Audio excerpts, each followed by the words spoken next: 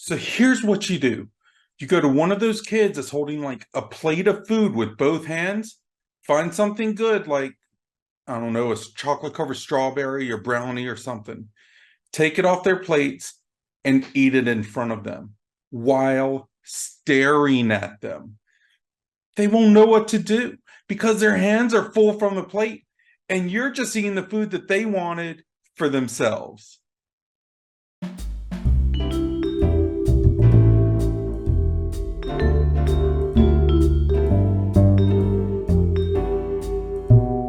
Hey everyone, my name is Jason, and I want to welcome you to TN2M Sit Down Stand Up Comedy Show. I hope you'll laugh, get a chuckle, and end up liking, subscribing, commenting, and hitting that notification bell so you know whenever we upload a new episode. Oh, okay, you guys ready for this? So I frequently get asked, if I mess with people all the time, how can you tell if like I actually like you or not? Well, my friends and somewhat friends, not quite acquaintances. The answer is pretty simple, okay? Like, so you got to pay attention. Would I mess with you? If the answer is yes, then there's a good chance you're in good graces with me. If I say no, we got other issues going on. But this leads to a wonderful follow-up question for all of you thinkers out there. So does this guy like pick on people he doesn't like? Absolutely. Absolutely. No one is safe. But there's a fine line with that. Like if I make fun of you with no real provocation, like it's our first time meeting, or say you're like a niece or a daughter's new boyfriend or a family friend's new boyfriend, something like that, you know, then you should automatically assume that I don't like you and I don't want you in my world. But I'm going to mess with you anyways because I can, and that's my privilege. So let's let's keep this up like interview style, okay? This is how we're going to do this comedy show. A little interrogation, if you will, if you must, if you insist. Let's start with the boyfriends or girlfriends of loved ones. Unless I'm told ahead of time, or if they make like a really good impression, like firm handshake, really respectful, I'm laying into them every time. I won't get their names right. And it's not like if his name is James, I'm going to call him Tom or something. It's not like that. That's too easy. And it doesn't do like the psychological damage I want to do. I'll do my best to call them every name that starts with that letter except their actual name. Like, oh, James wants to date my niece? Very nice. So what school do you go to, Joseph? Jack, do you want more food? Jerome, just because it sounds similar. What are your plans for the future? The first time or two, they all let it go. Like they don't let it bother them. But throughout the night, you can tell like it really, really starts to grate on them. Hell, I've had a female friend tell me that the guy broke up with her because of it. That's that's great. Like, was I upset? Not terribly, to be honest. Was she upset? She really wasn't that upset. She laughed at it. You know, because if Jonathan over there can't hang with that, then he can't hang with everything else going on. You know, he wasn't in it for the long haul. And I'm not gonna let my people around me get used like that. But how do you treat your friends? Like like if I'm like this to new people, how am I to the ones I actually like? I'm glad you asked. With my friends, I don't get as personal. Instead, I go for like situational awkwardness. One of my favorite things to do is saying something louder than normal just to get reactions from the people around me. Like, for instance, I was visiting my good friend Flanagan, who also runs the TN2M Show, for a convention that we were guests at. After the convention, we were meeting up with some of the other TN2M crew for pizzas. We were going to meet at one of the entrances, but the other guys, they went to a different entrance and got in line. We saw them through the window of the door, and came in from across the pizza place. I yelled at them for not meeting us where they were supposed to, and that yelled at them that they were making a scene. It's actually one of my favorite jokes to do, because what can they do, right? Like, I know that I'm actually the one making the scene, but the fact that they're stuck in that situation with me, that makes it all the funnier.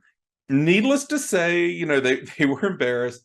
The employees thought it was hilarious though. Like, and the other customers, especially that family in the back corner, which I'm sorry by the way, but they were pissed. They were pissed. All in all, it was a win in my book, because I wasn't going to see him again in the near future. So, screw it. But usually the reaction that I'm most known to get is like, did he really just do that?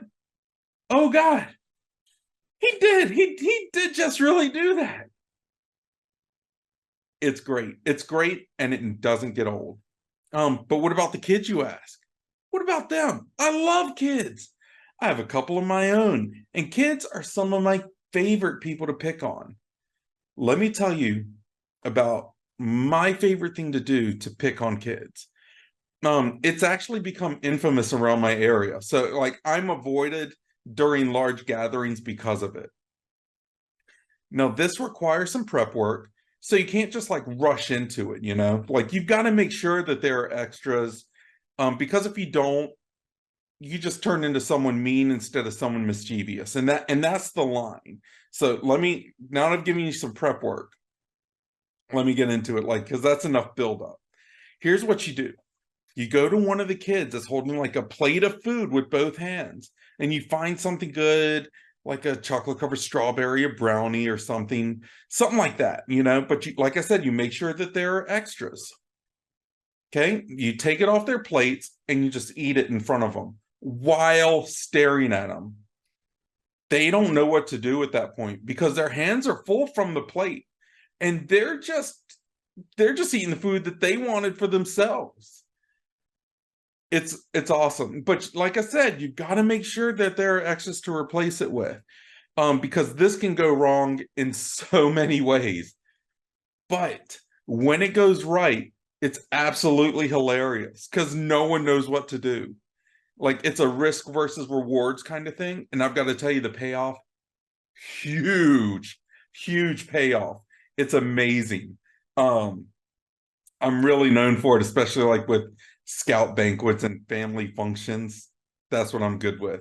But when this works, the kids will go and tell the other kids, and then it becomes like this big game for them. Like, when it doesn't work, you're avoiding a parent that wants to, at the very least, punch you in the face. But when it works, so much fun. It's just a good thing though that my charisma has kind of worked for me so far, but I have seen it backfire, and it's not pretty. Like, you're either the meanest person there or the funniest, and you have to be willing to accept either one. Because if you're the funniest, you have to keep going. If you're the meanest, you're gonna have to deal with that too. But if you don't get messed with me, it probably means I don't like you. Or like, at the very least, I just don't feel comfortable with you. Like, simply put, if I don't like you, I don't want to waste the energy with you. Because if I make people laugh in a mischievous way, then that's kind of elevating you up too, even if you're the butt of the joke, because it's all in good fun. Um, but with that said, with all the information presented to you, with the smorgasbord of knowledge that you now have, let me tell you about family. When it comes to family, there are very few lines I won't cross to rip into them. Simply because with my family, there are very few lines that they wouldn't cross to rip into me. Take my son, for instance. My son is amazing. He's 12 and a half, he's charismatic, and he's one of the most clever kids I've ever seen. Like hand to God. He's recently got sick, and my wife suggested that maybe he's developing a lactose intolerance. Is this something that can happen at puberty? I've never heard of it, but I just Googled it, and sure as shit, you can. Your voice drops, your ball drops, and you can't have cheese now. Who knew? Who knew? Anyways, when my wife told me this, I laughed hysterically because this is dangerous ground. I mean, it's not so much from like a dietary standpoint, but from an ethical standpoint. Like, wait, are you telling me? Are you seriously telling me that I can punish my child with ice cream? Because he's got no willpower when it comes to good food, like when it comes to desserts and candy and stuff like that. Um, could this possibly be better than grounding him? What, like, oh, you didn't do your homework? Here, have some mac and cheese. Oh no, you talk back to your mother? Well, you don't get up until you finish this bowl of chocolate ice cream. Did I hear you cuss? Did you just cuss at me? We'll wash your mouth out with that milkshake. You better behave or you'll be getting string cheese tonight. You know, don't make me pull this car over and make you have a grilled cheese. So help me God.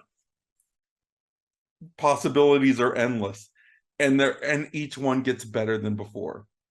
But I think the funniest part of this, of all of this, is the fact that it'll be something that just keeps getting funnier the more the punishment happens.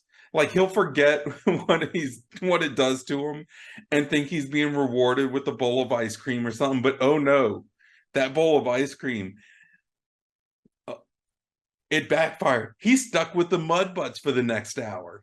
His punishment's dehydration, bad smells, and diaper rash. That's a win for me. Oh, I'll teach you.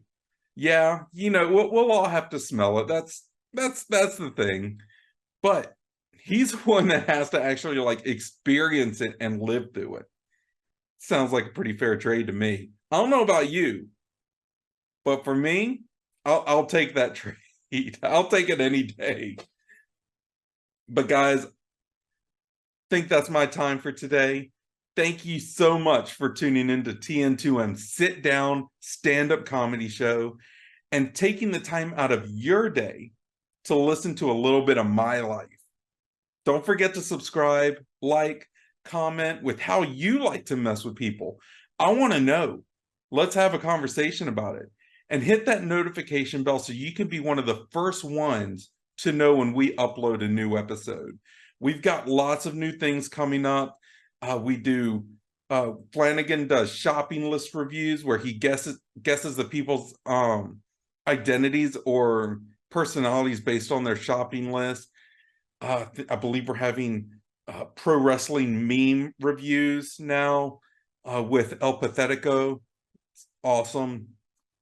And we try to do our weekly stand-up special. So join us each and every week for more and more fun.